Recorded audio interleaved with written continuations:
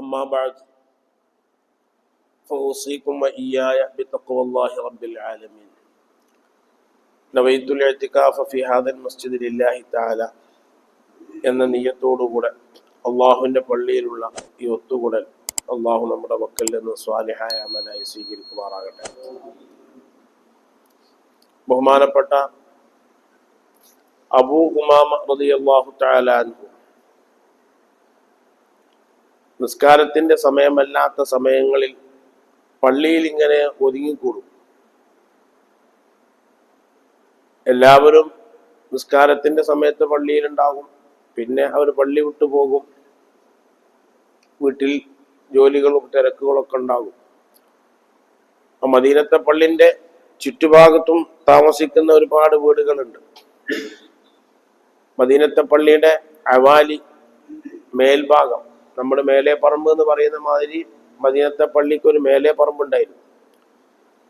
ആ മേലെ പറമ്പിൽ താമസിക്കുന്ന ഒരുപാട് സഹാബികൾ ഉണ്ടായിരുന്നു. അവർക്ക് എപ്പോഴും മദീനത്തെ പള്ളിയിലേക്ക് വരാൻ അവർക്ക് എപ്പോഴും കഴിയില്ല. അപ്പൊ ഈ അവാലിൽ മദീനയിൽപ്പെട്ട മദീനത്തെ പള്ളിയുടെ മേൽഭാഗത്ത് മേലെ പറമ്പിൽ താമസിക്കുന്ന സഹാബിമാരിൽപ്പെട്ട ചില ആൾക്കാർ ഞങ്ങൾ അവിടെ വിട്ടിട്ട്, ആ മേൽഭാഗത്തുള്ള സ്ഥലങ്ങളും പറമ്പുകളൊക്കെ വിട്ടിട്ട് ഞങ്ങൾ മദീനത്തെ പള്ളിന്റെ അടുത്തേക്ക് താമസം മാറ്റട്ടെ എന്ന് റസൂലുള്ളാഹിനോട് ചോദിച്ചു. അപ്പൊ നബി സല്ലല്ലാഹു അലൈഹി വസല്ലം തങ്ങൾ, നിങ്ങൾ അങ്ങനെ താമസം മാറ്റണ്ട, നിങ്ങൾ അവിടെ തന്നെ താമസിച്ചാൽ മതി, ഉപ്പുള്ളടുത്ത് തന്നെ താമസിച്ചാൽ മതി എന്ന് പറഞ്ഞു. ദിയാറക്കും തുക്തബു ആസാറുക്കും, ദിയാറക്കും തുക്തബു ആസാറക്കും, ദിയാറക്കും തുക്തബു ആസാറുക്കും എന്ന് സല്ലല്ലാഹു അലൈഹി വസല്ലം തങ്ങൾ 3 വട്ടം പറഞ്ഞു. നിങ്ങൾ എവിടെയാണോ ഉള്ളത് അവിടെ തന്നെ താമസിച്ചോളി. എന്നാൽ അവിടെ നിന്ന് നിങ്ങൾ ഇങ്ങനെ നടന്നിട്ട് പള്ളിക്കലേക്ക് ഇങ്ങനെ വരുമ്പോ ഓരോ കാല് പൊന്തിക്കുമ്പോഴും, ഒരു കാല് പൊന്തിച്ച് ഒരു കാല് താറ്റിയിട്ടല്ലേ നടക്കാൻ പറ്റുള്ളൂ.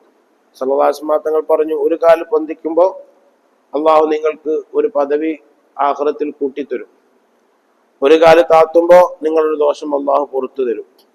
പള്ളിയിലേക്ക് ഇങ്ങനെ നടന്നു പോകുന്ന അവസരത്തിൽ അങ്ങനെയാണ് സല്ലല്ലാഹു അലൈഹി വസല്ലം തങ്ങൾ പറഞ്ഞത്.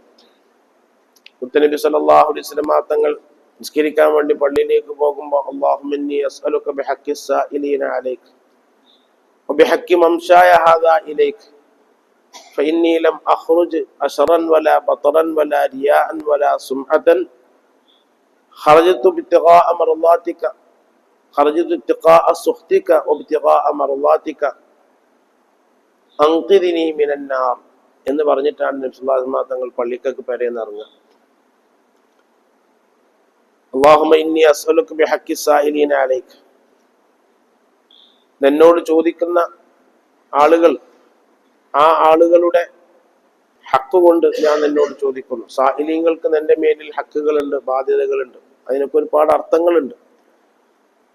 അപ്പോ നിന്നോട് ചോദിക്കുന്ന ഒരുപാട് ആൾക്കാരുണ്ട്. അവരുടെയൊക്കെ ഹക്കുകൾ മുൻനിർത്തി അവർക്കൊക്കെ നിന്നോടുള്ള ബന്ധം, ഹക്ക് ജാഹ് എന്നൊക്കെ പറഞ്ഞാൽ, ബിഹഖിഹി വബിജാഹിഹി എന്നൊക്കെ പറഞ്ഞാൽ റസൂലുള്ളാഹിന്റെ ഹക്ക് കൊണ്ട്, അമ്പർത്ത് തങ്ങളെ ഹക്ക് ജാഹ് ബർക്കത്ത് കൊണ്ട് എന്ന് പറഞ്ഞാൽ അതെന്താ?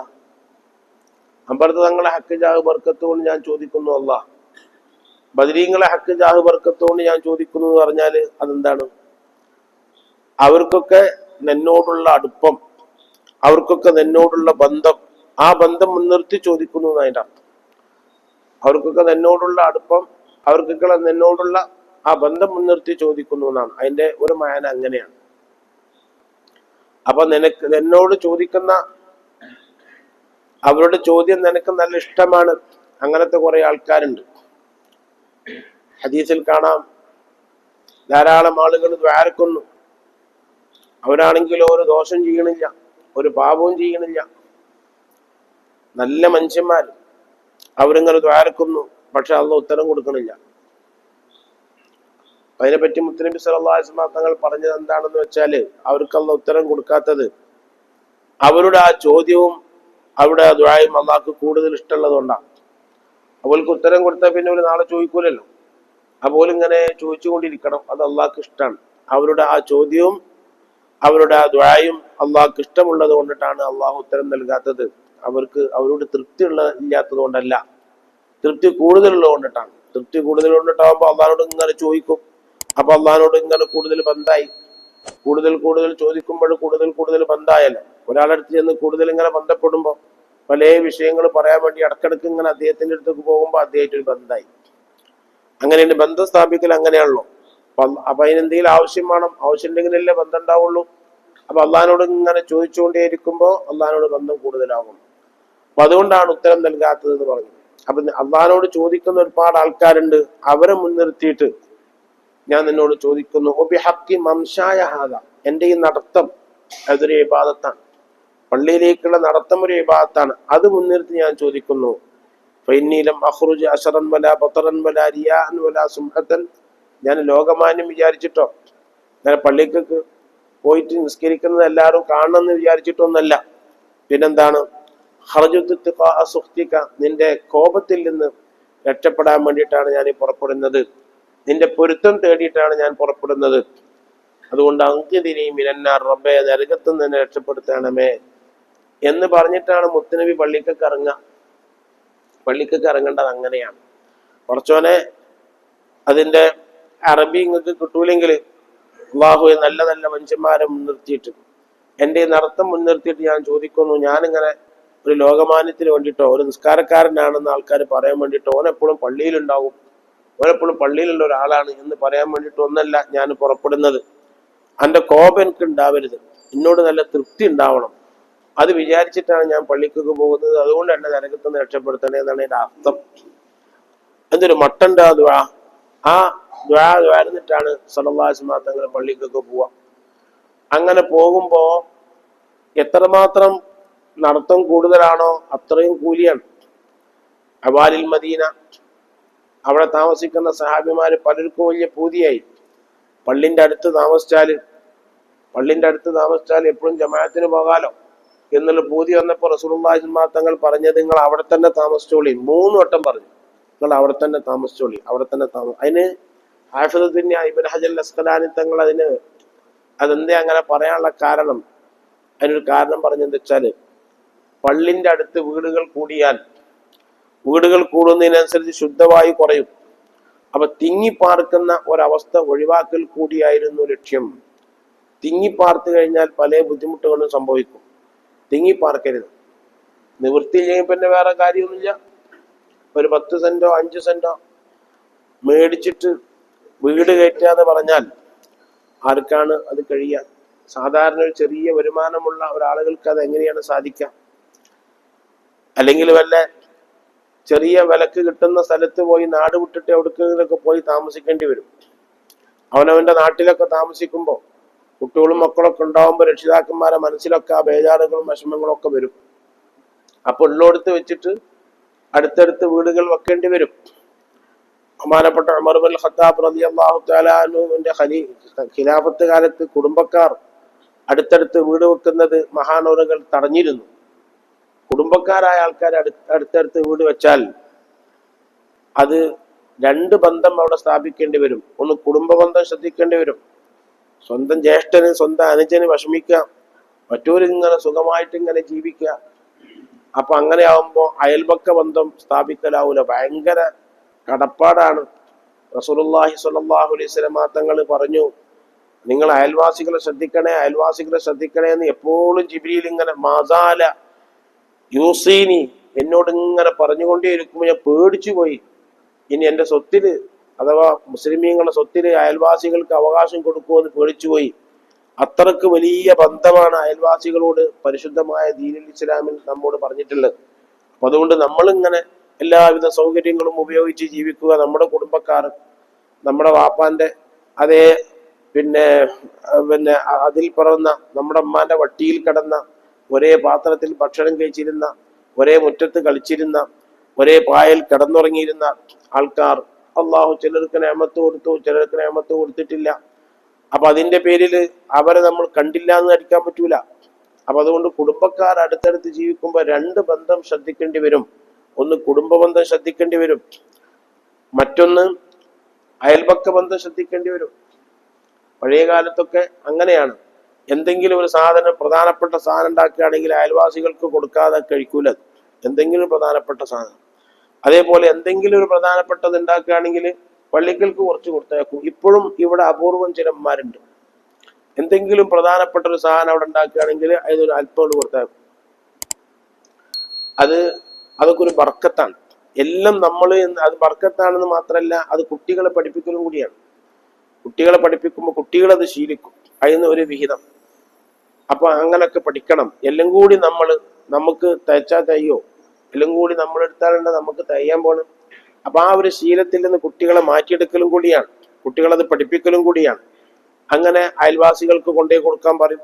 കിട്ടുന്നതിൽ നിന്നിട്ട് എത്രത്തോളം എന്ന് വെച്ചാൽ, പഴയ കാലത്ത് ഒരു മിഠായി ഇട്ടിട്ടുണ്ടെങ്കിൽ ആ മിഠായി ഇങ്ങനെ പൊട്ടിച്ചാൽ പൊട്ടൂല്ലെങ്കിൽ കത്തിയോ അല്ലെങ്കിൽ അമ്മിക്കുട്ടിയൊക്കെ എടുത്തിട്ട് മിഠായി പൊട്ടിച്ച് ഞാൻ കണ്ടിട്ടുണ്ട്. അമ്മിക്കുട്ടി, അത് നിങ്ങൾക്ക് ഓർമ്മ ഉണ്ടോ എന്ന് അറിയില്ല. അമ്മിമ വെച്ചിട്ട് അത് പൊട്ടിക്കും. അതാ പച്ച ഇതിൽ പൊയിഞ്ഞൊരു മിഠായി ഉണ്ടായിരുന്നു. ഇത് പച്ച പിന്നെ ഇതിൽ തൊലിയിൽ പോയി എന്തൊരു പേരുണ്ട്, പേരിയസ് മിഠായി. നിങ്ങൾക്ക് ഓർമ്മ ഉണ്ടോ എന്ന് അറിയില്ല, എനിക്കറിയണ്ട. അത് ഒന്ന് തിന്നാൻ ഒന്നെന്നെ കിട്ടൂല. എന്നിട്ട് അത് അമ്മിമ കൊണ്ടിട്ട് ഇങ്ങനെ പൊട്ടിച്ചിട്ട് അതിന്റെ പകുതി ഒരാൾ കൊടുക്കും, പകുതി അഞ്ചനക്ക് കൊടുക്കും. അതൊക്കെ കുട്ടികളെ പഠിപ്പിക്കുകയാണ്. ആ സമയത്ത് നിന്ന് കുട്ടികൾക്ക് എത്ര മുട്ടായി, എന്തെല്ലാം സംവിധാനമായി. ഇങ്ങനെ കിട്ടുന്നതിൽ നിന്നിട്ട് എല്ലാവർക്കും കൊടുക്കണം. അത് വല്ലാത്തൊരു ബർക്കത്തായിരുന്നു, വല്ലാത്തൊരു സമാധാനമായിരുന്നു, വല്ലാത്തൊരു സന്തോഷമായിരുന്നു. പെരയിൽ ബർക്കത്തായി, അയൽവാസികൾക്ക് ബർക്കത്തായി, നാട്ടിൽ ബർക്കത്തായി. സുബ്ഹാന ജല്ല ജലാലു. ആശുപത്രികൾ മുഴുവൻ ഇപ്പം നിറഞ്ഞിക്കാം. ഡോക്ടറെ അടുത്ത് ചെന്നാൽ ഒരു ദിവസം മെനക്കെടാണ്, കഴിച്ചിലാവണില്ല. ഇങ്ങനെ രോഗങ്ങൾ പെരുത്തും. എല്ലാം നമ്മൾ തവളന്റെ മാതിരിയായിപ്പോയി. തവളക്ക് ആ കിണറാണ് ലോകം, വേറെ ലോകമില്ല എന്നാ തവള വിചാരിക്കുന്നത്. അതേപോലെ നമ്മുടെ മനസ്സൊക്കെ കുടുങ്ങിപ്പോയി. കണ്ടറിയാനോ ചോദിക്കാനോ അന്വേഷിക്കാനോ വരെ നേരമില്ല. കണ്ടറിയാനും ചോദിക്കാനും അന്വേഷിക്കാനും വരെ നേരമില്ല. അപ്പൊ അതുകൊണ്ട് ഉമർ ഇബ്നുൽ ഖത്താബ് റളിയല്ലാഹു തആല അൻഹു കുടുംബക്കാർ തൊട്ടടുത്ത് ഇങ്ങനെ താമസിക്കുന്നത് എതിർത്തിരുന്നു. അത് വലിയ ബുദ്ധിമുട്ട് സൃഷ്ടിക്കും, തെറ്റാനും പിടിക്കാനും അതൊക്കെ ഒരുപാട് കാരണങ്ങൾ വരും. അപ്പോ ഹാഫിദുദ്ദീൻ ഇബ്നു ഹജർ അസ്ഖലാനി പറഞ്ഞു, ഇങ്ങനെ തിങ്ങിപ്പാർക്കുന്നത് ഒരുപാട് ദൂഷ്യങ്ങൾ ഉണ്ടാക്കും. അതുകൊണ്ടുകൂടിയാണ് നബി സല്ലല്ലാഹു അലൈഹി വസല്ലം തങ്ങൾ അവിടെ നിന്ന് ഇങ്ങോട്ട് പോരണ്ട, അവിടെ തന്നെ നിന്നാൽ മതി. പിന്നെ തന്നെയല്ല, മദീനന്റെ എല്ലാ ഭാഗത്തും ആളുകളുമാണ്. ഒരു ഭാഗത്ത് മാത്രം ഉണ്ടായ പോരാ, പള്ളിന്റെ പരിസരത്ത് മാത്രം ഉണ്ടായ പോരാ, എല്ലാ ഭാഗത്തും ആളുകൾ വേണം. അതും ഇതിൽ ലക്ഷ്യമാണ്. ഒരു വിഷയം നബി സല്ലല്ലാഹു അലൈഹി വസല്ലം തങ്ങൾ പറഞ്ഞാൽ അതിന് ഒരുപാട് നിമിത്തങ്ങൾ ഉണ്ടാവും. അതെങ്ങനെയൊക്കെയെന്ന് നമുക്ക് പറയാൻ കഴിയില്ല. അതൊക്കെയാണ് മഹാന്മാരായ പണ്ഡിതന്മാർ കിതാബുകളിലൊക്കെ പറയാറുള്ളത്. ഇപ്പോ മാസപ്പിറവിയൊക്കെ പഴയ കാലത്ത് കണ്ടാൽ അത് അറിയാൻ ഒരുപാട് വൈകും. ചിലപ്പോൾ 2 മണിയൊക്കെ, ചിലപ്പോൾ നോമ്പ് പിന്നെ സുബഹി ആയിട്ടുണ്ടാവും അറിയാൻ. അങ്ങനൊക്കെയായിരുന്നു പഴയ കാലത്ത്. സംവിധാനമൊന്നും ഉണ്ടായിരുന്നില്ല. അപ്പൊ നമ്മളെ പെരയില് ബാപ്പ ഖാദി ആയതുകൊണ്ട് മാസപ്പിറവി പറഞ്ഞാൽ ആ പാതിരാക്ക് അടുത്ത അയൽവാസികളെ വീട്ടിലേക്കൊക്കെ വാപ്പ ഞങ്ങളെ പറഞ്ഞേക്കും. എന്നിട്ട് അവിടെയൊക്കെ പോയി വാതിന് മുട്ടിയിട്ട് ഞങ്ങൾ പറയും, എന്തോ ഒരു പേടിയാണ് അപ്പൊ പോകാൻ തരും. ചിലപ്പോൾ നല്ല മഴ ഉണ്ടാവും. അന്ന് നമ്മുടെ വീടിന്റെ മുന്നിൽ കൂടെ ഇടവഴിയാണ്. ആ ഇടവഴിയിലേക്ക് മുട്ടിന് വരെ വെള്ളം ഉണ്ടായിരുന്നു. എന്നിട്ട് നീന്തി പോയിട്ട് ചിമ്മിണികൾക്കും പിടിച്ചുകൊണ്ട് അത് കത്തിച്ച് അതും വേണ്ടി പോയിട്ട് എല്ലാ പെരയിലും പോയി പറയും, നാളെ നോമ്പാണ് കേട്ടോ, നാളെ നോമ്പാണ് കേട്ടോ എന്ന് പറയും. അങ്ങനെ ഓരോന്നും അയൽവാസികളുമായിട്ടുള്ള ബന്ധം അത് പറയാൻ വേണ്ടി അത് പറഞ്ഞു തരും. ഇന്നമാതിരി ചെയ്യണം, ഇന്നമാതിരി ചെയ്യണം എന്നിങ്ങനെ പറഞ്ഞു തരും. അത്രക്ക് വലുതാണ്. പറഞ്ഞു വരുന്നത് മഹാനായ അബൂ ഉമാമ റളിയല്ലാഹു തആല അൻഹു വീട്ടിലിരിക്കാതെ പള്ളിയിൽ വന്നിരിക്കുകയാണ്. അപ്പൊ റസൂലുള്ളാഹി ചോദിച്ചു, മിണ്ടാതിരിക്കല്ലേ ചെയ്യണം, എന്താ അബൂ ഉമാമ, എന്തേ പറ്റിയത്? അങ്ങനെ ചോദിക്കണം എന്നാ. ചോദിക്കാൻ പറ്റുന്ന ആൾക്കാർ ചോദിക്കണം. എന്തേ ഇപ്പൊ പ്രയാസം എന്തെങ്കിലും ഉണ്ടോ, വിഷമം എന്തെങ്കിലും ഉണ്ടോ, ബുദ്ധിമുട്ട് എന്തെങ്കിലും ഉണ്ടോ, എന്താ അബൂ ഉമാമ ഇവിടെ ഇങ്ങനെ നിൽക്കണെന്ന് പറഞ്ഞപ്പോ പറഞ്ഞു, നബിയെ സല്ലല്ലാഹു അലൈഹി വസല്ലം, ഹമ്മ്, മാനസിക പ്രയാസം, വല്ലാതെ മാനസിക പ്രയാസം, ഭയങ്കര പ്രയാസങ്ങൾ, പെരയിലിരിക്കാൻ കഴിയണില്ല, ഒരുപാട് മാനസികമായ പ്രയാസങ്ങൾ എന്നെ വല്ലാതെ അലട്ടുന്നു. അതുകൊണ്ടിട്ടാണ് ഞാൻ പെരയിലിരിക്കാതെ പള്ളിക്ക് എങ്ങനെ വന്നു തിരിക്കണത് എന്ന് പറഞ്ഞപ്പോ നബി സല്ലല്ലാഹു അലൈഹി വസല്ലം തങ്ങളെ കയ്യിലപ്പം എന്തെങ്കിലും ഉണ്ടെങ്കിൽ റസൂലുള്ളാഹി കൊടുക്കും. എപ്പോഴും കയ്യിലുണ്ടായിക്കൊള്ളുന്നില്ല. കയ്യിലുണ്ടെങ്കിൽ വാരിക്കോരി കൊടുക്കുന്ന സ്വഭാവമാണ്. ഒന്നും നാളേക്ക് വേണ്ടി മാറ്റി വെക്കാതെ സല്ലല്ലാഹു അലൈഹി വസല്ലം തങ്ങൾ കൊടുക്കും. ഭാര്യമാർക്കും കൊടുക്കും, എല്ലാവർക്കും കൊടുക്കും. അങ്ങനെ വന്നപ്പോ സല്ലല്ലാഹു അലൈഹി വസല്ലം തങ്ങൾ പറഞ്ഞു, അബൂ ഉമാമ, അതിന് ഞാനൊരു ദ്വാ പറഞ്ഞുതരാം. ആ ദ്വാ ദ്വാരുന്നോ? ആ ദ്വാ ദ്വാരുന്നാൽ പ്രയാസങ്ങളൊക്കെ നീങ്ങിക്കോളും, മാനസികമായ പ്രയാസങ്ങളൊക്കെ നീങ്ങിക്കോളും എന്ന് പറഞ്ഞിട്ട് മഹാനായ സല്ലല്ലാഹു അലൈഹി വസല്ലം തങ്ങൾ അബൂ ഉമാമ റളിയല്ലാഹു തആല അൻഹുവിന് ദുആ പറഞ്ഞു കൊടുക്കാൻ. അല്ലാഹുമ്മ ഇന്നി അഊദു ബിക മിനൽ ഹമ്മി വൽ ഹസൻ വഅഊദു ബിക മിനൽ അജ്സി വൽ കസൽ വഅഊദു ബിക മിനൽ ജുബ്നി വൽ ബുഖൽ വഅഊദു ബിക മിൻ ഗലബത്തി ദൈനി വഖഹരി റിജാൽ എന്നുള്ള ദുആ ദ്വാരുന്നോ? സബാഹൻ വ മസാഅൻ, രാവിലെയും വൈകുന്നേരവും ദ്വാരുന്നോ? എണ്ണം പറഞ്ഞു കൊടുത്തിട്ടില്ല. സബാഹൻ വ മസാഅൻ, അങ്ങനെ മുത്തുനബി പറഞ്ഞു രാവിലെയും വൈകുന്നേരം ഈ ദ്വാ നീ ദ്വാരുന്നോ? പടച്ചോനെ, എല്ലാ മാനസിക പ്രയാസങ്ങൾ, എല്ലാ വിഷമങ്ങൾ, എല്ലാ ദുഃഖങ്ങൾ, അതേപോലെ തന്നെ ദാരിദ്ര്യം, കുടിശ്ശിയായ അവസ്ഥ, ഇതിൽ നിന്നൊക്കെ പടച്ചോനെ എന്നെ നീ കാക്കണം, എന്നെ നീ രക്ഷപ്പെടുത്തണമെന്ന് മുത്തുനബി സല്ലല്ലാഹു അലൈഹി വസല്ലം തങ്ങൾ പറഞ്ഞു കൊടുത്തൊരു ദ്വായാണ്.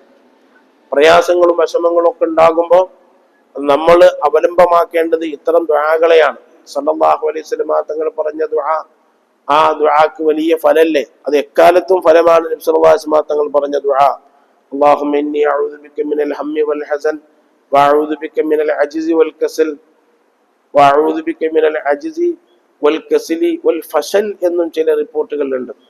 വഅഊദു ബിക മിനൽ ജുബ്നി വൽ ബുഖൽ വഅഊദു ബിക മിൻ ഗലബത്തി ദൈനി വഖഹരി റിജാൽ. പടച്ചോനെ, കടം മേലക്ക് മേലെ അങ്ങനെ വന്ന് ബുദ്ധിമുട്ടാകുന്നതിനെ തൊട്ട് ഞാൻ നിന്നോട് കാവൽ ചോദിക്കുന്നു. മറ്റുള്ള ആളുകളൊക്കെ എൻ്റെ മേൽ സ്വാധീനം ചെലുത്തുക, മറ്റുള്ള ആളുകളൊക്കെ എന്നെ ബുദ്ധിമുട്ടിക്കുക, ഇങ്ങനത്തതായ അവസ്ഥകൾ, ആ അവസ്ഥ വരുന്നതിനെ തൊട്ടൊക്കെ ഞാൻ നിന്നോട് കാവൽ ചോദിക്കുന്നു എന്ന് കാവൽ ചോദിക്കാൻ വേണ്ടി ഹബീബായ മുഹമ്മദ് റസൂലുള്ളാഹി സ്വല്ലല്ലാഹു അലൈഹി വസല്ലം തങ്ങൾ പറഞ്ഞു. അത് ഞാൻ ക്ലാസ്സിൽ ഒരു വിഷയമായിട്ട് നമുക്ക് പറയാൻ കഴിയില്ല, അതുകൊണ്ട് അത്തരം ദുആകളെ പറ്റി നമ്മൾ ശ്രദ്ധിക്കാൻ വേണ്ടി പറയാണ്. ഇനി മറ്റൊരു വിഷയം, മഹാന്മാരായ ഫുഖഹാക്കൾ ഇമാമുൽ സുയൂത്തി റളിയല്ലാഹു തആല അൻഹു ഒരു മസ്അല പറഞ്ഞു. നജസായ പാത്രത്തിൽ ശുദ്ധിയുള്ള വെള്ളം, നജസായ പാത്രത്തിൽ ശുദ്ധിയുള്ള വെള്ളം, മനസ്സിലായോ? നജസായ പാത്രം, ആ പാത്രത്തിന് ശുദ്ധിയുള്ള വെള്ളം, അതെങ്ങനെ ഉണ്ടാവാം? പാത്രം നജസാണ്, വെള്ളം ശുദ്ധിയാണ്, അങ്ങനെ ഉണ്ടാവോ? ഇമാമുൽ സുയൂത്തി റളിയല്ലാഹു തആല അൻഹു ഈ മസ്അല പറഞ്ഞിട്ട് പറഞ്ഞു, ഇമാമുൽ നബവി തങ്ങളോ മുഹജ്ജിറുൽ അവ്വലായ റാഫിഈ ഇമാമോ ഇവരാരും തന്നെ ഈ മസ്അല പറഞ്ഞിട്ടില്ല, അവരാരും ഈ മസ്അല പറഞ്ഞിട്ടില്ല എന്ന് പറഞ്ഞിട്ട് ഇമാം സുയൂത്തി റളിയല്ലാഹു തആല അൻഹു പറഞ്ഞു, അങ്ങനെയുള്ളൊരു സംവിധാനം, നജസായ പാത്രത്തിൽ ശുദ്ധിയുള്ള വെള്ളം എങ്ങനെ ഉണ്ടാവാന്ന് ചോദിച്ചാൽ അതിനുള്ള മാർഗം, അതുണ്ടാവുന്നത് ഒരു പാത്രം, 2 കൊല്ലത്ത് 132 ലിറ്റർ വെള്ളം.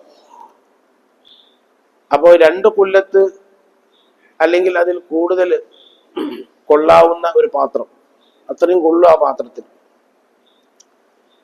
ആ പാത്രത്തിൽ കുറച്ച് വെള്ളമുണ്ട്,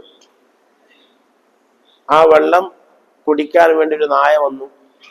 നായ ആ പാത്രത്തിൽ മോന്തയിട്ട് വെള്ളം കുടിച്ചു പോയി. അപ്പോ വെള്ളം നജസാവുമല്ലോ, കുടിച്ച വെള്ളം നജസല്ലേ, നായ കുടിച്ചു, നായ നല്ല നജസുള്ള സാധനല്ലേ. അങ്ങനെ വെള്ളം കുടിച്ചിട്ട് നായ പോയി, വെള്ളം നജസായി. അപ്പോ ഇവൻ എന്ത് ചെയ്തെന്ന് വെച്ചാല്, ആ വെള്ളത്തിലേക്ക് കിണറ്റിൽ നിന്നോ മറ്റു ടാപ്പിൽ നിന്നോ വെള്ളം ഇങ്ങനെ കുറെ കൊടുന്നിങ്ങനെ ഒഴിച്ച്, കുറെ വെള്ളം ഒഴിച്ചിട്ട് ആ വെള്ളം 2 കൊല്ലത്തായി. കാരണം 2 കൊല്ലത്ത് വെള്ളം ഈ പാത്രത്തിൽ കൊള്ളും, 2 കൊല്ലത്ത് വെള്ളമായി. വെള്ളത്തിന് കുഴപ്പമില്ല, വെള്ളത്തിന്റെ 3-4 വിശേഷണത്തിനക്ക് മണം, രുചി, നിറം എന്നുള്ള 3-4 വിശേഷണത്തിന് കുഴപ്പമൊന്നും പറ്റിയിട്ടില്ല, ഒരു കുഴപ്പമില്ല വെള്ളത്തിന്. എങ്കിൽ വെള്ളം ശുദ്ധിയുള്ളതാണ്. 2 കൊല്ലത്ത് വെള്ളം, ആ 2 കൊല്ലത്ത് വെള്ളം ഉപയോഗശൂന്യമാകുന്നത്, അത് നജസാകുന്നത് അതിന്റെ 3-4 വിശേഷണത്തിനൊക്കെ തകരാറ് പറ്റുമ്പോഴാണ്. ഒന്നിരിക്കൽ മണത്തിന് തകരാറ് പറ്റണം, അല്ലെങ്കിൽ രുചിക്ക് തകരാറ് പറ്റണം, അല്ലെങ്കിൽ നിറത്തിന് തകരാറ് പറ്റണം, അപ്പോഴേ ആ വെള്ളം ഉപയോഗശൂന്യമാവുള്ളൂ. കാരണം 2 കൊല്ലത്തെ വെള്ളത്തിനക്ക് ഇസ്ലാമിക വീക്ഷണത്തിന് വലിയ ഇദാ ബലഗൽ മാഉ അൽ ഖുല്ലത്തൈനി ലം യഹ്മിനിൽ ഖബസ എന്ന ഹദീസിലുണ്ട്. 2 കൊല്ലത്ത് വെള്ളം എത്തിക്കഴിഞ്ഞാൽ നജസിനെ പ്രതിരോധിക്കാനുള്ള ഒരു ശക്തി ആ വെള്ളത്തിനുണ്ട്. നജസിനെ തട്ടിമാറ്റാനുള്ള, നജസിനെ പ്രതിരോധിക്കാനുള്ള ഒരു ശക്തി ആ 2 കൊല്ലത്ത് വെള്ളത്തിന് അള്ളാഹു നൽകിയിട്ടുണ്ടെന്ന് മുത്തനബി സല്ലല്ലാഹു അലൈഹി വസല്ലം തങ്ങൾ പറയാം. അത് നമുക്കൊക്കെ അറിയാലോ. വെള്ളം കൂടുന്നതിനനുസരിച്ച് വെള്ളത്തിന് ശക്തി ഉണ്ടാവും. ശക്തിയുള്ള വെള്ളം കൂടെ ഒലിക്കുമ്പോൾ അതിന് നല്ല ഫോഴ്സ് ഉണ്ടാവും. അത് നമുക്കൊക്കെ അറിയാം. ഡാമുകളൊക്കെ ചെയ്യപ്പെടുന്ന അതിനാണല്ലോ. ആ വെള്ളത്തിന്റെ ചാട്ടത്തിന്റെ ശക്തി കൊണ്ട് ഡൈനാമോ വർക്ക് ചെയ്തിട്ടാണ് വിദ്യുത് ശക്തി ഉപയോഗിക്കുന്നത്. വെള്ളത്തിന്റെ ചാട്ടത്തിന്റെ ശക്തി, അതിന് വലിയ ശക്തിയുള്ള സാധനമാണ് ഈ വെള്ളം. പടച്ചു തമ്പുരാനെ, അത് പിൽക്കാലത്ത് നമ്മളത് കണ്ടുപിടിച്ചെങ്കിലും കൂടി മുത്തനബി സല്ലല്ലാഹു അലൈഹി വസല്ലം തങ്ങൾ എത്ര കാലം മുമ്പ് പറഞ്ഞു. ഈ വെള്ളത്തിന്റെ ശക്തിയൊക്കെ റസൂലുള്ളാഹിക്ക് എത്ര കാലം മുമ്പ് മനസ്സിലായി. 2 കൊല്ലത്ത് വെള്ളം എത്തിക്കഴിഞ്ഞാൽ വെള്ളത്തിന് ശക്തിയുണ്ട്. അതിങ്ങനെ കൂടുന്നതിനനുസരിച്ച് വെള്ളത്തിന്റെ ശക്തി ഇങ്ങനെ കൂടും. അപ്പൊ അതുകൊണ്ട് നജസിനെ തട്ടിമാറ്റാനും പ്രതിരോധിക്കാനൊക്കെ എനിക്ക് കഴിയും. പക്ഷെ ആ 2 കൊല്ലത്ത് വെള്ളത്തിനെയും നാശമാക്കുന്ന രൂപത്തിൽ നജസ് വന്നാലോ? അതാണ് 2 കൊല്ലത്ത് വെള്ളമാകുമ്പോൾ അതിന്റെ മണം, രുചി, നിറം ഇതിനൊക്കെ എന്തെങ്കിലും തകരാറ് പറ്റണം. ഇപ്പൊ നമ്മുടെ ടാങ്ക്, ആ ടാങ്കിൽ വെള്ളം കുറവാണ്, 2 കൊല്ലത്തില്ല. മിക്ക ടാങ്കുകളും 2 കൊല്ലത്തിനേക്കാൾ 1000 ലിറ്റർ, 500 ലിറ്റർ, 132 ലിറ്റർ ഉണ്ടായ 2 കൊല്ലത്തായല്ലോ. ആ 500 ലിറ്റർ ഇല്ലാത്ത ടാങ്ക് ഉണ്ടാവില്ലല്ലോ. 2000 ലിറ്ററിന്റെ ടാങ്ക് ഒക്കെ ഉണ്ടാവും. 2000 ലിറ്ററിന്റെ ടാങ്ക് ഒക്കെ ഉണ്ടാവും. ഈ മേലെ വെക്കണ വലിയ ടാങ്ക് ഒരു നമ്മളെ വീട്ടുകളൊക്കെ സാധനം ഉണ്ടാവുന്ന ടാങ്ക് എത്രയാണ്? 1000, 1500 ഇതൊക്കെയാണ്. അവിടെ പ്രശ്നം വരുന്നത് എന്താ വെച്ചാല്, അവിടെ ഈ എലി ഇതിന്റെ ഉള്ളിൽ, ഇപ്പത്തെ ഈ ടാങ്കുകളൊക്കെ ആവുമ്പോ അതില് എലി കടക്കൂലാവുന്നുണ്ട്. ഇപ്പത്തെ ടാങ്ക് പഴയ നമ്മൾ ഉണ്ടാക്കണ, വാർത്തുണ്ടാക്കണ അല്ലെങ്കിൽ പടുത്തുണ്ടാക്കുന്ന ടാങ്കിൽ ഏത് കടക്കും? എലി കടക്കും. നമ്മളെ ടാങ്കിൽ 1-2 വട്ടം അങ്ങനെ ഉണ്ടായി. നമ്മളെ പെരയത്തെ ടാങ്കിൽ എലി, നമ്മൾ എത്ര മൂടിയാലും അതിൻ്റെ ഉള്ളിൽ കൂടെ എന്ത് ചെയ്യും? എലി പോകും, അല്ലെങ്കിൽ എന്ത് ചെയ്യും? സാധനം പോകും. അപ്പൊ വെള്ളം താഴത്തേക്ക് ഇറങ്ങിയിട്ടുണ്ടെങ്കിൽ ആ വെള്ളം അതിൽ എലി ചത്തെടുക്കുക അല്ലെങ്കിൽ വേറെ എന്തെങ്കിലും സാധനം ചത്തെടുക്കുക ചെയ്ത് പല്ലി ചത്തിടുന്നു. അങ്ങനെ ചത്തിടുന്നാൽ പിന്നെ വെള്ളം നാശമായി, നജസായി. അപ്പൊ ചെറിയൊരു രൂപത്തിലുള്ളൊക്കെ മാറ്റം വന്നാൽ നമ്മൾ അത് ആ വെള്ളത്തിലേക്ക് വീണ്ടും വെള്ളം ഒഴിച്ച്, കുഴപ്പമില്ലെങ്കിൽ അത് നമുക്ക് വെള്ളം ഉപയോഗിക്കാൻ പറ്റും. ആ വെള്ളം ഒഴിവാക്കാതെ വീണ്ടും നമ്മൾ വെള്ളം ഒഴിച്ചാൽ വെള്ളം നമുക്ക് ഉപയോഗിക്കാൻ പറ്റും. വെള്ളം ഉപയോഗിക്കുന്നതിനൊക്കെ നമുക്ക് വിരോധമില്ല. അവിടെ ആ പാത്രത്തിനും കുഴപ്പം വരില്ല. ആ പാത്രവും അത് ശുദ്ധിയായിട്ട് പരിഗണിക്കപ്പെടും. പാത്രം ശുദ്ധിയായി പരിഗണിക്കും. ഇവിടെ ഇപ്പൊ പ്രശ്നം സംഭവിച്ചത് അതല്ല. ഇവിടെ ഈ നായ തൊട്ടാൽ ആ തൊട്ട പാത്രം 7 വട്ടം കഴുകണം. 7 വട്ടത്തിൽ നിന്നുള്ള 1 വട്ടം മണ്ണ് കൊണ്ടായിരിക്കണം. 1 വട്ടം മണ്ണ് കൊണ്ട് എന്ന് പറഞ്ഞാൽ മണ്ണ് കലക്കിയ വെള്ളം കൊണ്ട് എന്നാണ് അർത്ഥം. മണ്ണ് കലക്കിയിട്ട് ആ മണ്ണ് കലക്കിയതായ വെള്ളം കൊണ്ട്, അത് ആദ്യം തന്നെ മണ്ണ് കലക്കിയ വെള്ളം ഉപയോഗിക്കുകയാണ് നല്ലത്. ലാസ്റ്റ് 7ാമത്തെ വട്ടം മണ്ണ് കലക്കിയ വെള്ളം ഉപയോഗിക്കുന്നതുകൊണ്ട് കുഴപ്പമൊന്നുമില്ല. ആദ്യം തന്നെ ഉപയോഗിക്കുകയാണ് നല്ലത്. എന്നാ പിന്നെ അടുത്ത കഴുകലില് മണ്ണാണ് പോയിക്കോളല്ലോ. അടുത്തടുത്ത കഴുകലില് മണ്ണാണ് പോയിക്കോളല്ലോ. അപ്പൊ മണ്ണ് കലക്കിയിട്ട് ആ വെള്ളം ഉപയോഗിക്കണം എന്നാണ്. പക്ഷെ നമ്മുടെ ഈ മസാലയില് വെള്ളം നജസായി, ഒരു 1000 ലിറ്ററിന്റെ ഒരു ടാങ്കാണ്. ആ ടാങ്കിലാണ് ഇപ്പൊ നായ എന്ത് ചെയ്തത്? തൊട്ടത്. അത് താഴെ മോന്തിട്ടിട്ട് വെള്ളം കുടിച്ചു. വെള്ളം കുറവേ ഇരുന്നുണ്ടായിരുന്നത്. പിന്നെ ഇവൻ ആ വെള്ളം കൂടി ഒഴിവാക്കാനും വൃത്തിയാക്കാനും ഒക്കെ പ്രയാസമാണെന്ന് കണ്ട്, വെള്ളത്തിലേക്ക് ചിലപ്പം അത് അവിടെ പറ്റുന്നതെന്ന് വെച്ചാൽ വെള്ളം ആസ്വദിച്ച് നോക്കിയിട്ട് കുഴപ്പമില്ല. വെള്ളം നമ്മൾ തൊട്ടിട്ടുണ്ടെങ്കിൽ പിന്നെ നമ്മുടെ ആ കൈയും നമ്മൾ മണ്ണിട്ട് കഴുകേണ്ടി വരും. ആ വെള്ളം നായ തൊട്ടിട്ട് നയസായ വെള്ളം, ആ വെള്ളം നമ്മൾ തൊട്ടിട്ടുണ്ടെങ്കിൽ നമ്മളെ കൈയും പിന്നെ മണ്ണിട്ടിട്ട് എന്ത് ചെയ്യണം? 7 വട്ടം കഴുകേണ്ടി വരും. അപ്പൊ നമുക്ക് മണത്ത് നോക്കാനേ പറ്റുള്ളൂ. മണത്തിന് നോക്കിയിട്ട് കുഴപ്പമൊന്നുമില്ല എങ്കിൽ അത് വീണ്ടും വെള്ളം ഒഴിച്ചാൽ മതി. വെള്ളം ഒഴിച്ചിട്ട് 500 ലിറ്റർ വെള്ളം എത്തി, ടാങ്ക് ഫുള്ളായിട്ട് വെള്ളം എത്തിയിട്ട് കുഴപ്പമൊന്നുമില്ലെങ്കിൽ വെള്ളം ഉപയോഗിക്കാം. പക്ഷേ ഈ ടാങ്ക് നൈസാണ്. വെള്ളം ശുദ്ധിയാണ്, ടാങ്ക് നൈസാണ്. കാരണം ഈ ടാങ്കിനെ നായ തൊട്ട ടാങ്കാണത്. നായ തൊട്ടാൽ ടാങ്ക് മണ്ണ് കൊണ്ട് കഴുകണം. 7 വട്ടം കഴുകണം. വെള്ളം നായ തൊട്ടിട്ടുണ്ടെങ്കിൽ ആ വെള്ളം പിന്നെ മണ്ണുകൊണ്ട് കഴുകാൻ പറ്റില്ലല്ലോ. വെള്ളത്തിന് മണ്ണുകൊണ്ട് കഴുകുക എന്നുള്ള രൂപം ഉണ്ടാവില്ലല്ലോ, അങ്ങനെ ഇല്ല. വെള്ളത്തിന് മണ്ണുകൊണ്ട് കഴുകുകയോ വെള്ളം 7 വട്ടം കഴുകുകയോ ചെയ്യേണ്ട ഒരു ആവശ്യമില്ല. ടാങ്ക് അങ്ങനെ കഴുകണം. അപ്പൊ അതുകൊണ്ട് തന്നെ ടാങ്ക് കഴുകാത്തത് കൊണ്ട്, അല്ലെങ്കിൽ ആ ബക്കറ്റ് കഴുകാത്തത് കൊണ്ടിട്ട് ബക്കറ്റ് നേസാണ്, ഈ വെള്ളം ശുദ്ധിയുള്ളതുമാണ്. 2 കുല്ലത്ത് വെള്ളം അതിലേക്ക് ഇങ്ങനെ ഒഴിച്ചിട്ട് വെള്ളത്തിന് കുഴപ്പമൊന്നും പറ്റിയിട്ടില്ലെങ്കിൽ വെള്ളം ശുദ്ധിയാകും, ടാങ്ക് നൈസായിക്കൊണ്ടിരിക്കും. അത് പിന്നെ വൃത്തിയാക്കേണ്ടി വരും. പിന്നെ ആ നൈസിന് ഈ വെള്ളം തൊട്ടെന്ന് വിചാരിച്ചിട്ട് ഈ വെള്ളത്തിന് കുഴപ്പം പറ്റൂല. കാരണം 2 കുല്ലത്തുള്ളതുകൊണ്ട്. 2 കുല്ലത്തിനേക്കാൾ കുറഞ്ഞ വെള്ളമാണെങ്കിൽ നൈസിനെ സ്പർശിച്ചാൽ വെള്ളം നൈസാവും. 2 കുല്ലത്തിനേക്കാൾ കുറഞ്ഞ വെള്ളമാണെങ്കിൽ, 2 കുല്ലത്തിനേക്കാൾ കുറഞ്ഞ വെള്ളം നജസ് അതിനെ ടച്ച് ചെയ്യലോട് കൂടെ, സ്പർശിക്കലോട് കൂടെ തന്നെ വെള്ളം നൈസായി പോകും.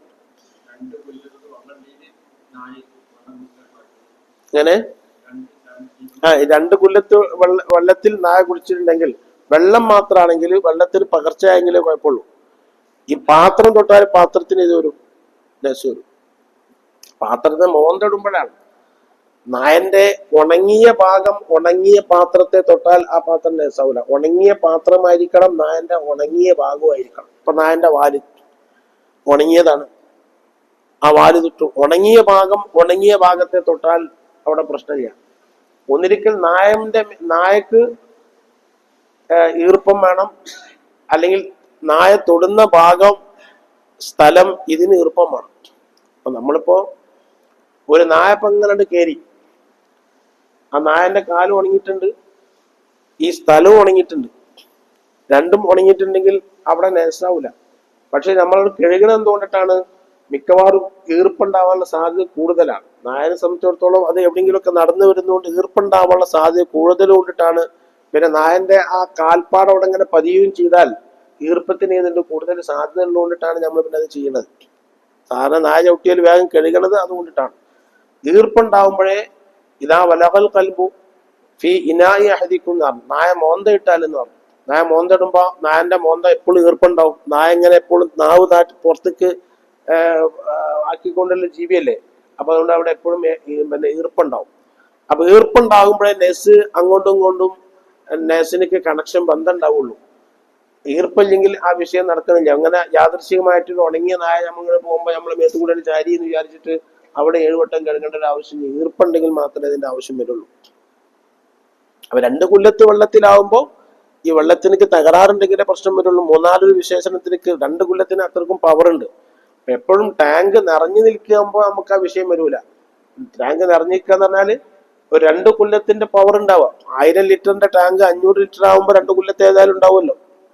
അതിന്റെ പകുതിയാവുമ്പോ സാധാരണഗതിയിൽ ഇപ്പൊ നമ്മുടെ ഈ പിന്നെ വാർപ്പുകൊണ്ട് പിന്നെ കോൺക്രീറ്റ് ടാങ്കുകളൊക്കെ 2000 അതിലധികം ലിറ്റർ കൊള്ളുമായിരിക്കും. അപ്പൊ അതിലൊക്കെ കുറച്ച് നൈസായി എന്ന് വിചാരിച്ചിട്ട് നമ്മൾ എല്ലാം കൂടി ഒഴിവാക്കേണ്ട ആവശ്യമില്ല. എപ്പോഴും നമ്മൾ മനസ്സിലാക്കേണ്ടത് 2 കുല്ലത്തിൽ താഴെയുള്ള വെള്ളമാണ്. പക്ഷെ ആ വെള്ളം പിന്നെ നമ്മളിങ്ങനെ കൂടുതലാക്കി, ആ ബക്കറ്റിൽ തന്നെ വെള്ളം കൂടുതലാക്കണം എന്നില്ല. ആ വെള്ളം എടുത്തിട്ട് നമ്മൾ വലിയൊരു ബക്കറ്റ് കുഴിച്ചിട്ട് അതിന് കൂടുതലാക്കി. അപ്പൊ ഈ വെള്ളം നശിപ്പിക്കേണ്ട ആവശ്യമില്ല. ഒരു ബക്കറ്റ് വെള്ളം ഏകദേശം ഒരു 50 ലിറ്റർ ഉള്ള വെള്ളം, അല്ലെങ്കിൽ 100 ലിറ്റർ ഉള്ള വെള്ളം, ആ വെള്ളം നൈസായി കഴിഞ്ഞാൽ നമ്മൾ അപ്പടിണ്ട് ഒഴിവാക്കണമെന്നില്ല. ആ വെള്ളം ഒരു 2 കുല്ലത്തുള്ള വലിയ ഒരു 500 ലിറ്ററിലേക്ക് കണ്ട് ഒഴിച്ചിട്ട് പിന്നെ അതിൽ വെള്ളം ഒഴിച്ചിട്ട് 2 കുല്ലത്താക്കി നമുക്ക് ഉപയോഗിക്കാം. ഈ 50 ലിറ്റർ അതേ രൂപത്തിൽ ഇരിക്കുമ്പോഴേ ഉപയോഗശൂന്യാവുള്ളൂ.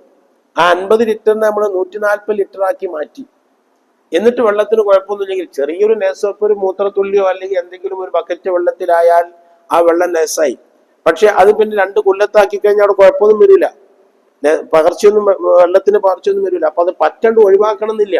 അത് നമുക്ക് 2 കുല്ലത്താക്കി മാറ്റി, 2 കുല്ലത്താക്കി മാറ്റിയിട്ട് പിന്നെ ഡിവൈഡ് ചെയ്തിട്ട് കുഴപ്പമില്ല. അത് മനസ്സിലായോ?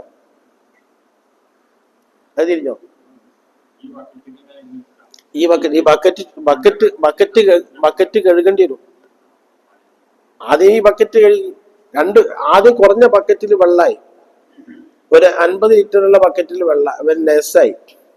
നമ്മള് വെള്ളം അതിന് വേറെ ഒരു 500 ലിറ്റർ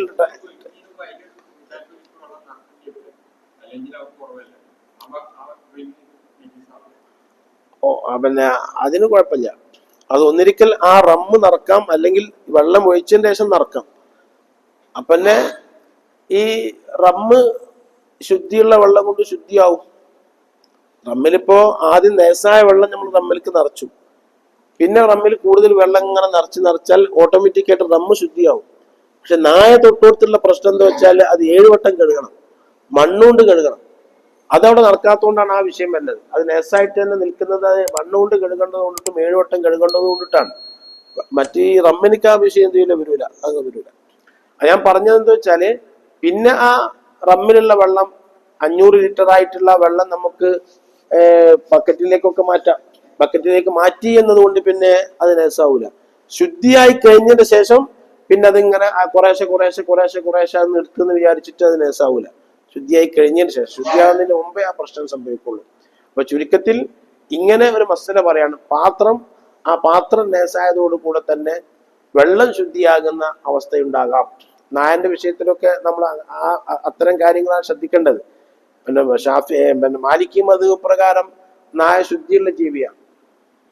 പക്ഷെ നായ തൊട്ടാൽ 7 വട്ടം കഴുകണമെന്നും അതിൽ 1 വട്ടം മണ്ണുകൊണ്ടായിരിക്കണം എന്നുള്ളതും മുസ്ലിം ലോകത്ത് എല്ലായിടത്തും ഉള്ളതാണ്. അത് നായ നേസായത് കൊണ്ടല്ല, നായന്റെ വായിൽ നിന്ന് വരുന്ന ആ നീര്, ആ ഉമിനീര്, അതിൽ ധാരാളം അണുക്കളുണ്ട്. അതോടുകൂടെ തന്നെ നായ പിൻഭാഗം എപ്പോഴും നക്കി വൃത്തിയാക്കുന്ന ഒരു പ്രകൃതിയുള്ള സാധനമാണ്. അതിന് പിൻദ്വാരം നക്കി വൃത്തിയാക്കും, എന്നിട്ട് ആ നാവ് കൊണ്ട് ശരീരത്തിന്റെ മറ്റു ഭാഗങ്ങളും നക്കും. അങ്ങനെ ആകുമ്പോൾ അവിടേക്ക് ഈ അണുക്കൾ വരും. ആ അണുക്കളെ പ്രതിരോധിക്കാനും ശുദ്ധിയാക്കുവാനുമുള്ള കഴിവ് മണ്ണിനേ ഉള്ളൂ. അതുകൊണ്ടാണ് 7 വട്ടം കഴുകണമെന്നും 1 വട്ടം മണ്ണുകൊണ്ടായിരിക്കണമെന്നും നായ ശുദ്ധിയുള്ള ജീവി തന്നെയാണ് എന്നുള്ള അഭിപ്രായമുള്ള പണ്ഡിതന്മാര് മാലിക്കി മദ്ഹബില് അങ്ങനെയാണ്.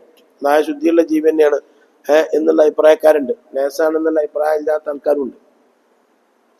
അപ്പൊ പറഞ്ഞു വരുന്നത് ഇങ്ങനെയും ഉണ്ടാകാം. അതോടുകൂടെ തന്നെ നജസിന്റെ വിഷയം, 2 കുല്ലത്തിനേക്കാൾ താഴെയുള്ളത്, ഈ ഒരു വിവേചനം പരിശുദ്ധമായ ദീൻ ഇസ്ലാമിനുണ്ട്. 2 കുല്ലത്തിനേക്കാൾ താഴെയുള്ളത് നജസങ്ങ് എത്തിയാൽ തന്നെ അത് നജസാവും. അതുകൊണ്ടാണ് ഈ നജസായ വസ്ത്രങ്ങളും നജസല്ലാത്ത വസ്ത്രങ്ങളും നമ്മൾ വേർതിരിക്കണം എന്ന് പറയുന്നത്. നജസായ വസ്ത്രവും നജസ് അല്ലാത്ത വസ്ത്രവും രണ്ടും കൂടി ഒന്നിച്ചിട്ട് കഴുകരുത്. കാരണം നജസായ വസ്ത്രമാകുമ്പോൾ ആ വസ്ത്രം കുറഞ്ഞ വെള്ളത്തിലേക്ക് ഇട്ട് കഴിഞ്ഞാൽ ഒന്നായിട്ട് നജസായി. പ്രത്യേകിച്ച് വാഷിംഗ് മെഷീനൊക്കെ ആകുമ്പോൾ 2 കുല്ലത്ത് വെള്ളം കൊള്ളുന്ന വാഷിംഗ് മെഷീൻ ഏതായാലും ഉണ്ടാവില്ലല്ലോ. പിന്നെ തന്നെയല്ല, അതില് സോപ്പും കൂടി കലർന്നാൽ പിന്നെ 2 കുല്ലത്തിനൊക്കെ ഒരു പവറൊന്നുമില്ല. 2 കുല്ലത്ത് വെള്ളം എന്ന് പറഞ്ഞാൽ പ്യൂർ വെള്ളമായിരിക്കണം, മുത്തലക്കായ വെള്ളമായിരിക്കണം. അത് സോപ്പ് വെള്ളം ആകുമ്പോൾ, സോപ്പ് വെള്ളം എന്നുള്ളത് ശുദ്ധിയാണെങ്കിലും മറ്റൊന്നിനെ ശുദ്ധിയാക്കാനുള്ള കഴിവതിനില്ല. സോപ്പിന്റെ വെള്ളം 2 കുല്ലത്തിനേക്കാൾ കൂടുതൽ ഉണ്ടായിച്ചിട്ട് ആ വെള്ളത്തിനൊക്കെ പവറൊന്നുമില്ല. അതിൽ നേസണ്ടായാലും ഫുള്ളായിട്ട് നേസാവും. കാരണം സോപ്പ് വെള്ളം എന്നുള്ള എനിക്ക് സ്വന്തം ശുദ്ധിയുള്ളതാണെങ്കിലും കൂടി മറ്റൊന്നിനെ ശുദ്ധിയാക്കാനുള്ള കഴിവ് അതെനിക്കില്ല. അപ്പൊ ഈ സോപ്പ് വെള്ളവും ഇതെല്ലാം കൂടി കലർന്ന് ശുദ്ധിയുള്ള വസ്ത്രവും ശുദ്ധി ഇല്ലാത്ത വസ്ത്രവും കൂടി കൂടിക്കലരുമ്പോൾ ശുദ്ധിയില്ലാത്ത വസ്ത്രങ്ങൾ നേസായി മാറും. മനഃപൂർവം നമ്മൾ ശരീരത്തെയോ അല്ലെങ്കിൽ വസ്ത്രത്തെയോ നേസാക്കാൻ പാടില്ല. മനഃപൂർവ്വം അവിചാരിതമായി നേസായെങ്കിൽ കഴിവിന്റെ പരമാവധി വേഗം കഴുകണം. നജസുമായിട്ട് ഇങ്ങനെ കൂടിക്കലരുന്ന അവസ്ഥ ഉണ്ടാവരുത്. നെസ് ശരീരത്തിൽ നിന്ന് എപ്പോഴും വൃത്തിയായിരിക്കണം. നേസുള്ള ശരീരം, നേസുള്ള വസ്ത്രം, നേസുള്ള സ്ഥലം, ഇവിടെയൊന്നും മലായിക്കത്ത് പ്രവേശിക്കില്ല. അപ്പൊ അതുകൊണ്ട് തന്നെയാണ് എവിടെ പഞ്ഞി ഒരു തറയിൽ നേസായി കഴിഞ്ഞാലും മൂത്രമൊക്കെ ആയി കഴിഞ്ഞാലും ശരി, അതൊക്കെ വേഗം കഴുകി വൃത്തിയാക്കണം. അത്ര നേസുള്ള സ്ഥലത്തേക്ക് റഹ്മത്തിന്റെ മലായിക്കത്ത് കടന്നു വരൂല. അത് തുടച്ചാൽ പോരാ. അത് പലവട്ടം ഞാൻ പറഞ്ഞിട്ടുണ്ട്. തുടച്ചാൽ ആ സ്ഥലം ശുദ്ധിയാവൂല. അത് കഴുകിക്കളയന്നെ വേണം. എവിടെയാണ് തറയിൽ മൂത്രമായിട്ടുണ്ടെങ്കിൽ അവിടെ കഴുകിക്കളയന്നെ വേണം. അതല്ലാതെ വേറൊരു വകുപ്പില്ല. ബെഡിൽ മൂത്രമായി കഴിഞ്ഞാൽ ബെഡ് കഴുകന്നെ വേണം. ബെഡ് തൂക്കി പിടിച്ചിട്ട് 2 ആൾ പിടിച്ചിട്ട് ആ ബെഡിൽ ഇങ്ങനെ വെള്ളം ഒഴിച്ചിട്ട് കീഴ്പോട്ട് കൂടെ ഇറങ്ങണം, വെള്ളം ഇറങ്ങണം. അങ്ങനെ കീഴ്പോട്ട് കൂടെ വെള്ളം ഇറങ്ങിയാൽ അല്ലാതെ ബെഡ് എങ്ങനെ വൃത്തിയാവുക? സ്പോഞ്ചിന്റെ ബെഡാണെങ്കിലും ഉന്നത്തിന്റെ ബെഡാണെങ്കിലും മൂത്രം കീഴ്പോട്ടേക്ക് ഇറങ്ങി പോയിട്ടുണ്ടാവുമല്ലോ. അല്ലെങ്കിൽ ആ ബെഡ് ശുദ്ധിയാവൂല. ബെഡ് ശുദ്ധിയാവാത്ത ബെഡിന്റെ മേലിൽ പിന്നെ ബെഡ്ഷീറ്റ് വിരിച്ചിട്ട് ഉറങ്ങണോണ്ട് വരുമൊന്നുമില്ല. അപ്പോ കാരണം ഉണങ്ങിക്കഴിഞ്ഞാൽ പിന്നെ നേസ് ബെഡ്ഷീറ്റിലേക്ക് വരൂലല്ലോ. അപ്പൊ ഉണങ്ങിയ ബെഡിന്റെ മേൽ ബെഡ്ഷീറ്റ് വിരിച്ചിട്ട് കിടക്കാവുന്നതാണ്, അതിന് വിരോധമില്ല. പക്ഷെ ആ ബെഡ് എപ്പോഴും ശുദ്ധി ഉണ്ടാവില്ല. ബെഡ് നേസായ ബെഡായിരിക്കും. നേസായ ബെഡാകുമ്പോൾ ആ ബെഡിൽ കിടന്നിറങ്ങുമ്പോൾ റഹ്മത്തിന്റെ മലായിക്കത്ത് അങ്ങോട്ട് വരൂല. അങ്ങനെ പ്രശ്നം വരും. അപ്പൊ ബെഡിൽ മൂത്രമായി കഴിഞ്ഞാൽ ബെഡ് കഴുകന്നെ വേണം. അത് ഉണക്കിയോണ്ടൊന്നും അത് ശുദ്ധിയാവൂല. നന്നായിട്ട് കഴുകന്നെ വേണം. കഴുകിയാൽ നാശാവട്ടെ നാശമായിക്കട്ടെ, അത് വേറെ കാര്യം. അത് കഴുകാതിരുന്നാൽ അത് ശുദ്ധിയാവൂല. സ്ഥലവും അങ്ങനെ തന്നെയാണ്. തുടച്ചാൽ അത് ശുദ്ധിയാവൂല. തുടച്ചാൽ വലിയ അപകടങ്ങളാണ് വരിക. തുടച്ചാൽ ആ ശീലും നേസായി, എന്റെ കയ്യും നേസായി, എല്ലാം നേസായി. അത് കഴുകിക്കളയന്നെ വേണം. വൈപ്പറോ മറ്റോ ഉപയോഗിച്ചുകൊണ്ടിട്ട് വളരെ ശ്രദ്ധിച്ചുകൊണ്ട് അപ്പുറത്തേക്കും ഇപ്പുറത്തേക്കും ആവുന്നതൊക്കെ ശ്രദ്ധിച്ചുകൊണ്ട് വളരെ സാവധാനം കഴുകിയിട്ട് അത് അതിനൊക്കെ നമ്മുടെ പഴയ ഉമ്മമാർക്ക് അതൊക്കെ നല്ല ശീലാണ്. അവര് അതിനായിട്ട് ഒരു ചൂലുണ്ടായിരുന്നു. നിങ്ങൾക്ക് ഓർമ്മ ഉണ്ടാവും, നിങ്ങൾക്ക് ഉണ്ടാവും. 2 സൈസ് ചൂലുണ്ടാവും പെരയില്. ഒന്ന് സാധാരണ അടിക്കാനുള്ള ഒരു ചൂല്, മറ്റൊന്ന് ഇങ്ങനെ നജസായാലൊക്കെ അടിക്കാനുള്ള ഒരു ചെറിയ ചൂലുണ്ടാവും. പഴയ കാലത്ത് അങ്ങനെ. വൈപ്പറൊക്കെ ഇപ്പോഴത്തെ കാലത്ത് വന്നതല്ലേ. ആ വൈപ്പറൊക്കെ വരുന്നതിന് മുമ്പ് ഈ ചൂലുകൊണ്ട് ഇങ്ങനെ കുറേശ്ശെ വെള്ളടിച്ചിട്ട് ഇങ്ങനെ പതുക്കെ പതുക്കെ വളരെ ക്ഷമിച്ചിട്ടാണ് നേസാക്കുക. സ്പീഡിലായാലും നേസം ഒന്നായിട്ടുണ്ടാവും. അവിടെ എല്ലായിടത്തും നേസാവും. അങ്ങനെ ഇപ്പോഴാണെങ്കിൽ ടൈൽസും മറ്റൊക്കെ ഉള്ളത് കൊണ്ടിട്ട് വൃത്തിയാക്കാൻ സുഖമാണ്. അപ്പോ ഇങ്ങനെ അടിച്ച് വൃത്തിയാക്കാഞ്ഞാൽ, കഴുകി വൃത്തിയാക്കാഞ്ഞാൽ ഒരിക്കലും നേസ് വൃത്തിയാവൂല എന്നുള്ള കാര്യം കൂടി നമ്മൾ ശ്രദ്ധിക്കണം. അല്ലാഹു സുബ്ഹാനഹു ഏതില്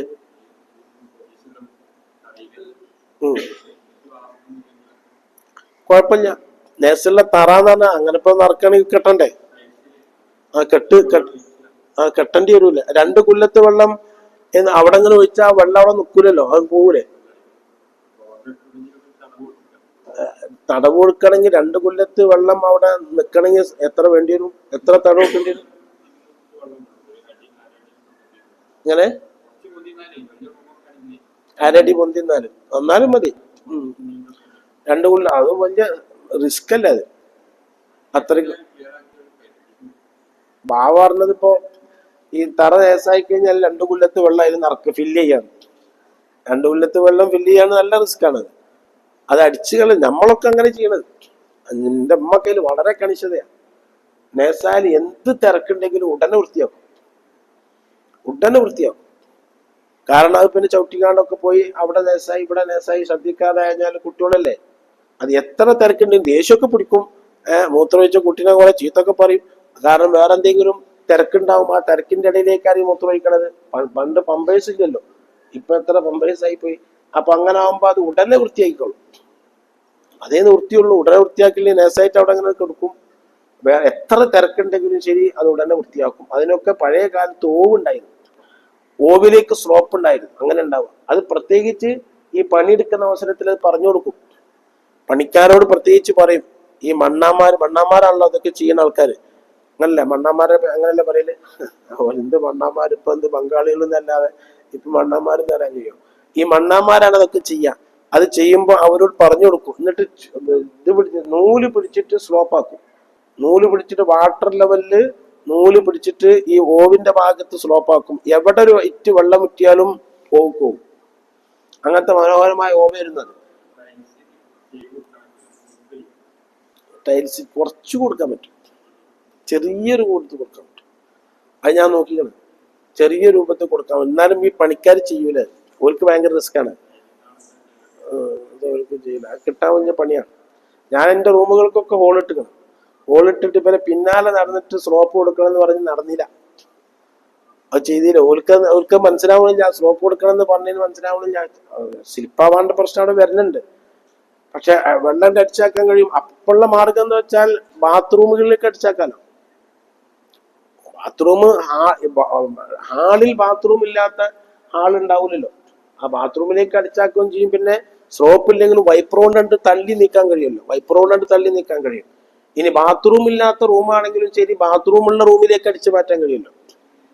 അതൊക്കെ ഇപ്പോൾ സംവിധാനം ഉണ്ടല്ലോ. കുറച്ച് പണിയെടുക്കേണ്ടി വരുന്നുള്ളൂ. കുറച്ച് റിസ്ക് ഉണ്ടാവും. ബാത്റൂമിലേക്ക് മറ്റോ അടിച്ചു മാറ്റാൻ റിസ്ക് ഉണ്ടാവും. അപ്പൊ ഏറ്റവും നല്ലത് ബെറ്റർ അതാണ്. എവിടേക്ക് അടിച്ചു മാറ്റുക? ബാത്റൂമിലേക്ക് അടിച്ചു മാറ്റുക. അതാണ് ഏറ്റവും നല്ല വൃത്തിയുള്ള ഭാഗം. അപ്പൊ ഇന്നിപ്പോ ഇത് പറയാൻ കഴിഞ്ഞില്ല. എന്നാണോ നോട്ടല്ലേ? നമുക്ക് അടുത്ത ആഴ്ച പറയാം. അള്ളാഹു സാലിഹായ അമലായി നമ്മുടെ മക്കളിൽ നിന്ന് സ്വീകരിക്കുമാറാകട്ടെ. ഇന്ന് നമുക്ക് ചായം പലഹാരവും നൽകുന്നത് നമ്മളെ കുഞ്ഞാലം കാക്ക, അവരുടെ ഭാര്യ മരിച്ച ദിവസമാണ് ഇന്നലെ 11. മഹാനായ റിഫാൻ ഷെയ്ഖിന്റെ ആണ്ട് മാസം കൂടിയാണ്, ആണ്ട് ദിവസം കൂടിയാണ്. ഇന്നാണ് റിഫാൻ ഷെയ്ഖിന്റെ പേരിലുള്ള മൗലിദും അതിന്റെ ചീരണി വിതരണമൊക്കെ ഇൻഷാ അള്ളാഹ് മഗ്‌രിബിന് ശേഷം നടക്കും. അതിലേക്കുള്ള സംഭാവനകൾ ഇൻഷാ അള്ളാഹ് ജുമഅക്ക് ശേഷം വാങ്ങിക്കും. അള്ളാഹു റിഫാൻ ഷെയ്ഖ് അവരോട് ദറജ ഏറ്റി കൊടുക്കുമാറാകട്ടെ. ബഹുമാനപ്പെട്ട കുഞ്ഞാലങ്കാക്കാന്റെ ഭാര്യ നല്ല ഒരു ഉമ്മയായിരുന്നു. താലിമീങ്ങളെയും ആലിമീങ്ങളൊക്കെ സ്നേഹിച്ചിരുന്ന ആളായിരുന്നു. അതുപോലെ തന്നെ കുഞ്ഞാലങ്കാക്ക, അബ്ദുൽ ഗഫൂർ, ഇവർക്ക് എല്ലാവർക്കും കൂടി നിയ്യത്ത് ചെയ്തുകൊണ്ട് കുടുംബമാണ് ഇന്ന് ചായയും പലഹാരം നൽകുന്നത്. അള്ളാഹു അവരുടെയൊക്കെ ഖബർ സ്വർഗ്ഗപ്പൂങ്കാവനാക്കി കൊടുക്കുമാറാകട്ടെ. അവർക്കെല്ലാവർക്കും അള്ളാഹു മഗ്ഫിറത്തും റഹ്മത്തും നൽകി അനുഗ്രഹിക്കുമാറാകട്ടെ. എല്ലാവിധ പ്രയാസങ്ങളിൽ നിന്നും വിഷമങ്ങളിൽ നിന്നും ജല്ല ജലാലുവായ അള്ളാഹു നമ്മളെ എല്ലാവരെയും കാത്തുരക്ഷിക്കുമാറാകട്ടെ. എല്ലാവിധ രോഗങ്ങളിൽ നിന്നും അള്ളാഹു കാത്തുരക്ഷിക്കുമാറാകട്ടെ. ربنا ظلمنا أنفسنا وإن لم تغفر لنا وترحمنا لنكونن من الخاسرين. ربنا تقبل منا إنك أنت السميع العليم وتب علينا إنك أنت التواب الرحيم. آمين برحمتك يا أرحم الراحمين. صلى الله على محمد صلى الله عليه وسلم. صلى الله على محمد صلى الله عليه وسلم. اللهم صل على محمد يا رب صل عليه وسلم. السلام عليكم ورحمة الله.